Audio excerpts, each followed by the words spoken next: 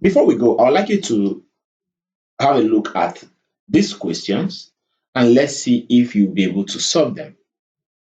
You can let me know in the comment section if you're able to do that, and you can post a shot or a picture of your answers, and let's see if you have challenges where I can come in. Assignment on construction of triangles.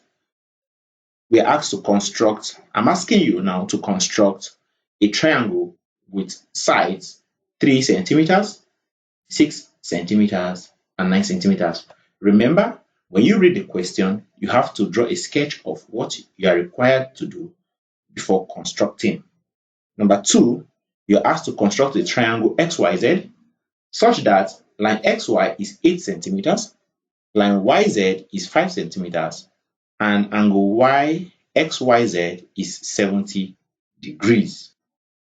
Question 3, that the longest side of a right angled triangle is 10 centimeters and one angle is 15 degrees.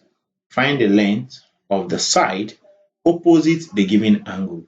Now, I have solved similar problems on each of this. Okay, so all you need to do first of all is to have a sketch based on the question, and from the sketch, you can then do your construction.